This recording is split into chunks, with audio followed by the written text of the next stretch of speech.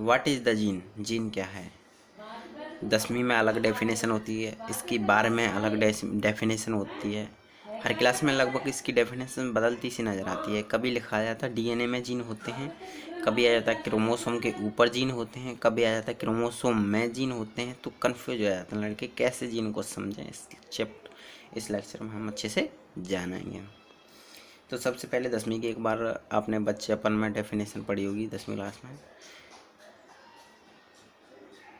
आनुवंशिक कारकों को एक पीढ़ी से दूसरी पीढ़ी में ले जाने वाले कारक को जीन कहते हैं। आनुवंशिक लक्षणों को एक पीढ़ी से दूसरी पीढ़ी में ले जाने वाले कारक को जीन कहते हैं। ठीक है, अब देखेंगे इसकी डेफिनेशन और इसको किस प्रकार समझेंगे। डीएनए में जीन होते हैं, डीएनए के ऊपर जीन होते हैं, या क्रोमोसोम में जीन होते हैं, क्रोमोसोम के ऊपर जीन होते हैं। तो देखेंगे सबसे पहले आपको जीन समझने से पहले आपको डीएनए तो आपने पढ़ा ही होगा, ये वाला सबने पढ़ाया लगभग।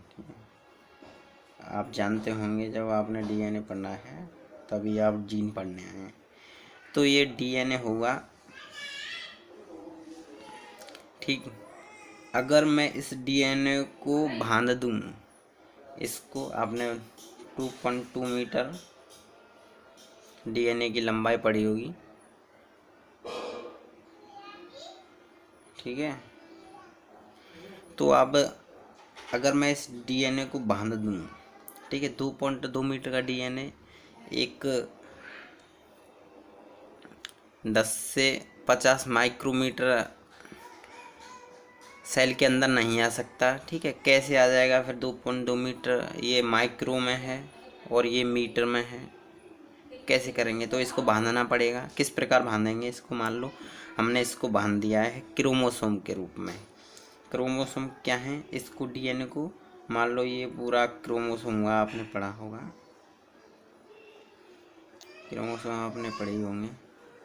इसमें डीएनए बंधा हुआ है, ये इस टाइप से ऐसे ऐसे पूरी में फैला हुआ है। हिस्टोन प्रोटीन है, हिस्टोन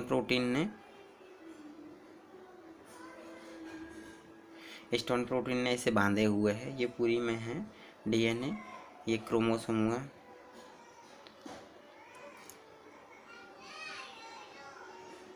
क्रोमोसोम। तो इसको बांधे हुए है डीएनए को। ठीक है, अब कह देंगे हम डीएनए ही क्रोमोसोम है, कह देंगे इस बात को। हम आगे जाएंगे इस प्रकार, जब डीएनए को खोलेंगे, मान लो ये पूरा डीएनए हुआ 2.2 मीटर का। आप देखेंगे इसका कुछ हिस्सा एक्टिव होता है और कुछ हिस्सा नॉन एक्टिव होता है। जो हिस्सा एक्टिव होता है, यानी जो हिस्सा मान लो यहाँ से और यहाँ तक ये हिस्सा एक्टिव है और ये किसी प्रोटीन का निर्माण कर रहा है। मान लो इसने एक प्रोटीन बनाई। सबसे पहले डीएनए ने आरएनए बनाया, आरएनए के बाद प्रोटीन बनी। अब ठीक है, प्रोटीन बनी, प्रोटीन ने जो है आइज का कलर होता है, आइज की जो प्रोटीन होती है उसमें एक प्रोटीन होती है आइज के कलर के निर्धारण करती है, विशेष प्रकार की प्रोटीन होती है। तो वह प्रोटीन है यह, ठीक है, जिसकी वजह से किसी की आँखों का रंग काला होता है। आपने देखा होगा ब्लू आइज, यानी नीली आँखें, और आपने काली काली आँखें पढ़ी होंगी, नीली आँखें, और भी होती हैं ब्राउन आँखें, भूरी आँखें। ठीक है, भूरी आँखें। तो वो आँखों का कलर कैसे हुआ, प्रोटीन की वजह से होता है। आँखों के अंदर प्रोटीन होती है जिसको क्या कहते हैं, आइरिस की। ठीक है, तो मान लो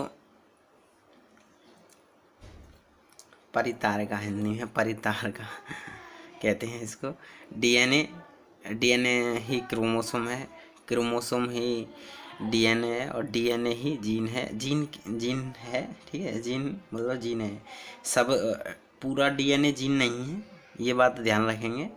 जो हिस्सा एक्टिव है, मान लो ये वाला हिस्सा एक्टिव है और किसी प्रकार की प्रोटीन का निर्माण कर रहा है या किसी भी कोशिका के जो है कंट्रोल में सहायता कर रहा है, वो जीन है।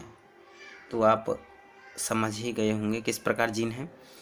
This is a gene. अब कह सकते हैं डीएनए के ऊपर जीन होता है या डीएनए में जीन होता डीएनए में जीन होते हैं, आप समझ गए होंगे क्लियर। तो ठीक है, आपकी बात